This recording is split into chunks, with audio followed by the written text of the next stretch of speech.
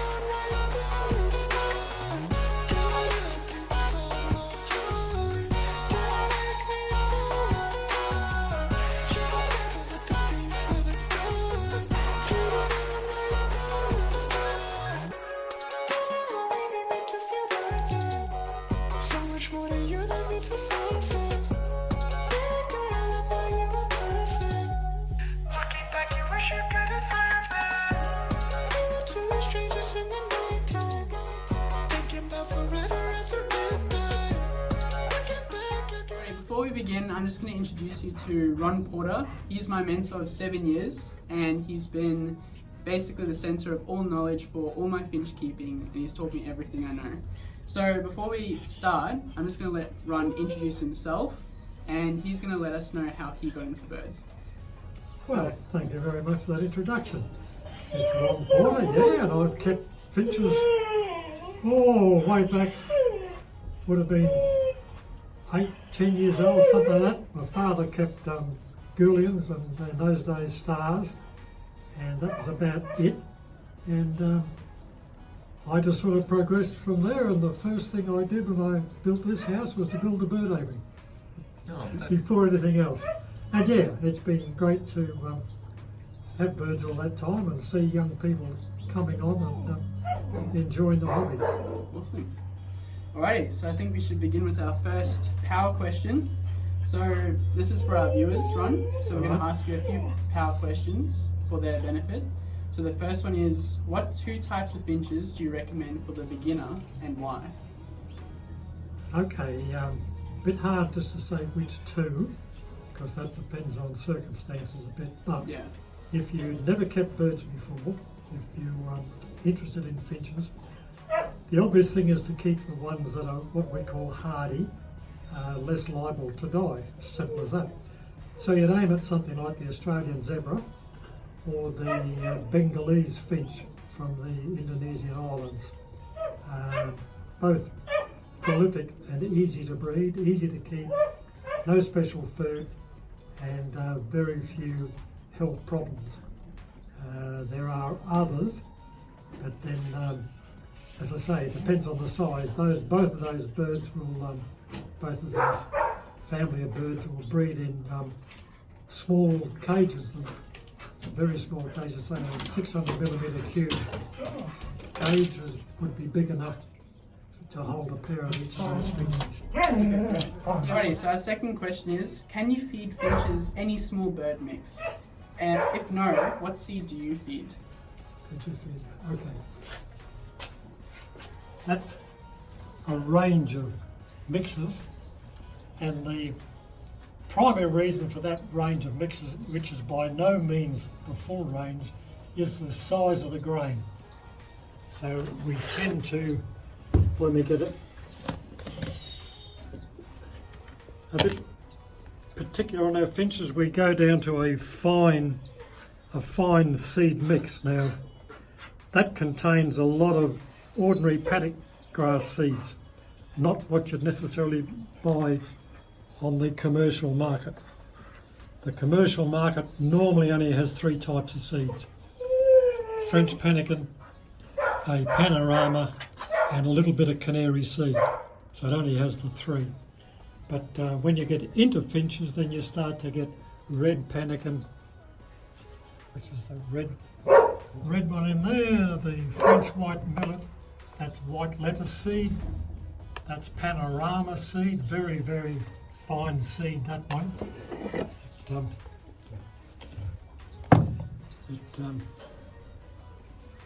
very, very small seed. But it's what the birds get in a paddock, this variety of different seeds. And then you come down to, that's a tonic food, a bit of oil food, a bit of rye grass, canary seed, rapeseed full of oil, Niger seed full of oil. But you don't need all those different seeds to keep finches. You can keep them alive on a mixture of different types of seed. So, yeah, that's probably the simplest way of putting it. The further you get into birds and the particular types you want to breed, then you're changing the diet of the bird to get them to breed. So you're trying to match what their endemic environment is, if you can do that. Yep, and we'll have those seeds linked in our description for you to refer to. Awesome. So our next question is to do with live food. So, do you have to feed live food in order to breed finches? If so, what live food do you feed? Okay, you keep saying breed finches rather than just keep finches. Yeah. There's two different things. If you want to breed finches, yes, the majority of finches, both what we call the foreign finch, mainly come out of South Africa, some come out of the middle of America, Mexico, Argentina, that sort of area.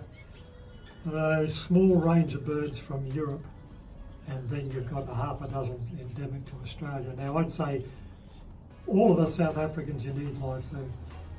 All of the Americans, you need live food. Not necessarily all the Europeans. They're more of a canary type finch, don't need live food. And 80% of Australian finches need live food. That's to breed them. To keep them alive and just keep them, then birdseed. The only reason we feed live food is a source of protein to get the birds breeding. The type of live food, the ultimate live food, is the Australian ordinary white hen. We call them the termite. You get them a nest in the tree or a nest in the ground. You've got to go and collect those. The alternative is to breed your own live food. There's two sorts. You can keep bush flies in a box and breed the bush flies that will produce small maggots, fly maggots. The birds eat them, a natural food. They get it in the bush. Or you can breed mealworms. Want to see mealworms at all? Yeah. So the mealworms, which are very easy to breed, just a tray, series of trays, and in there you've got a whole host of beetles. That's the beetle of the mealworm. The mealworm himself is a chap like that. So those beetles, and you keep them in a mixture of bran. That's just ordinary everyday bran. So the beetles stay in there, the beetles lay eggs in there. Those eggs hatch into very, very, very small mealworms. They progressively grow to get about that size. When you can feed the birds, and these are progressing in size. You can see the different age groups in there. They all live in bran, and all we feed them on is a bit of bread roll, as you can see, and or a piece of carrot for moisture.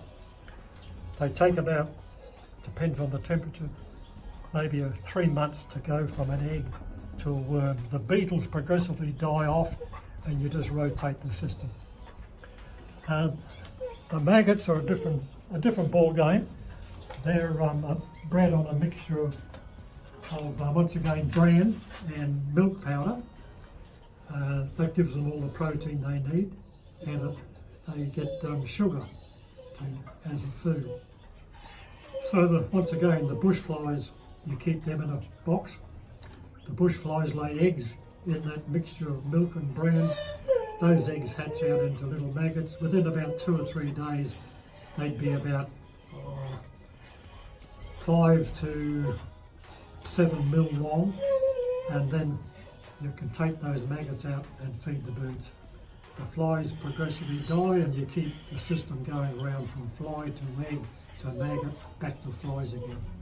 They're a bit messy, they smell a bit. Nothing wrong with health-wise, even though they're called maggots. But once again, it's a natural food that things find in the bush. So that's the live food. Termites, if you can get them, number one, top shelf.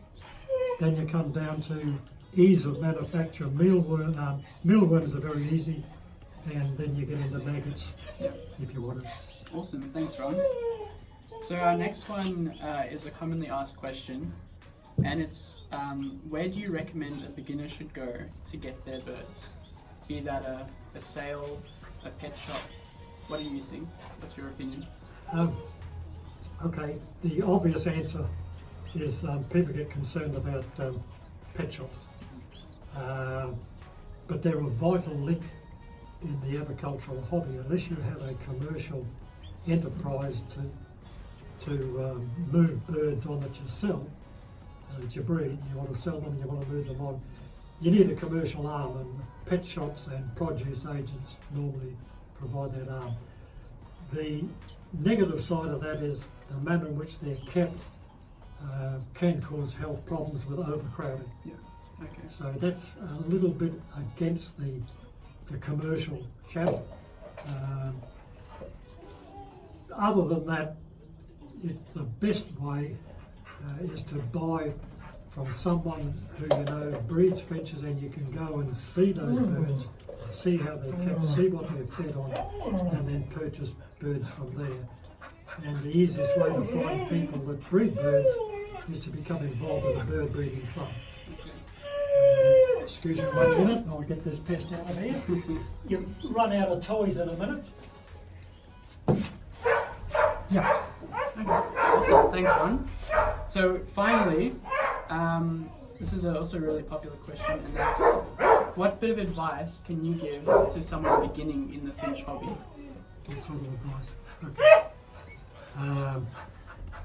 The fundamental mistake that people make getting into finches is they think one cage, one aviary, depending on its size, is going to be enough.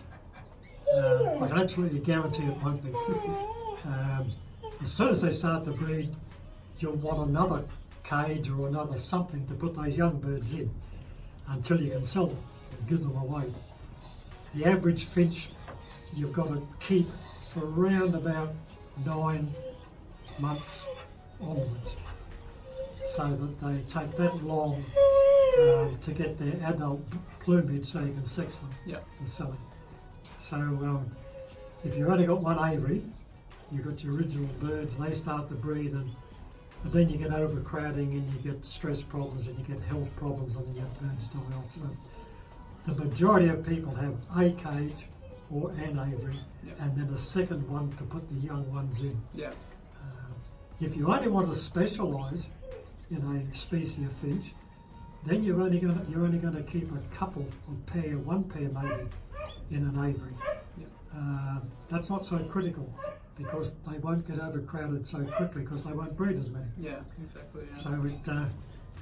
So that's the first bit of advice. Always keep in the back of your mind that one aviary is never going to be enough. The second thing is of importance is that depending upon your age, you need to have your family behind you and interested in you having birds. There's a little bit of upkeep. They've got to be fed, they've got to be cleaned out. You'll want to go to places where there are birds, other people's aviaries. That means you need transport. So you need, depending on your age, you need parents on site, with that being a hobby for you. The other advice is make a conscious decision about how much time you have. Whilst most people's conception of a pet bird is a budger or a canary, and you put them in a small cage and you give them feed and water whenever you can. It's a bit different with finches. I would probably spend to water half an hour every morning just feeding online, getting all the different food preparations. You haven't got to go to that extent, but you need that special time you must have every day to check on what's happening. Definitely. To provide them food. So you need space, you need support, you need organised time. They're three critical ones. And you may need a deep pocket. You can pay, you come down the range and you can pay maybe $5, you wouldn't get much cheaper for a bird. And many available birds are over $100 each. Yeah. So, depending on what you want to keep, it becomes money. So there's always money in everything. And you've got to buy bird seed. Yeah. And you've got to have an aviary. So you must consider those. If you can't match those four, think seriously about, do you want to keep finches or do you want to keep a bird like a cockatiel or something? Yeah. Or on the whole, even a lorikeet. Yeah. as a pet. Finches don't become a pet. They become quiet, and you can tame them. There's no argument you can't tame them if you want to go down that street of all the time it takes. But they're not a pet type of bird like a budger's a bird that needs to fly around. Yeah. So yeah. Alright, thanks Ron. Okay. And hopefully we can do a bit of a tour now. Yeah. So yeah, we'll have all that information linked in our description for your reference. And yeah, so personal thank you, Ron. Probably there's another small one in there I should have mentioned, whether you wanted to add in this or not, is regulations. Okay. Government regulations. You can't simply just have any Australian reptile, bird, plant. It's not your freedom of choice. There's government regulations as to what you can and can't have. Yeah. And the can and can't have revolves around having a permit to have. So most Australian finches, you need to have a permit. You've got to buy it, that's what I said before, deep pockets. That spends money. There's a chance that will be relieved within the next 12 months, and you may not have to go to that. So yeah, keep that in the back of your mind that you can't just have whatever bird you may like. There could be regulations applying to it. Yeah. Yeah. Thank you very much, Ron. Okay. Thanks.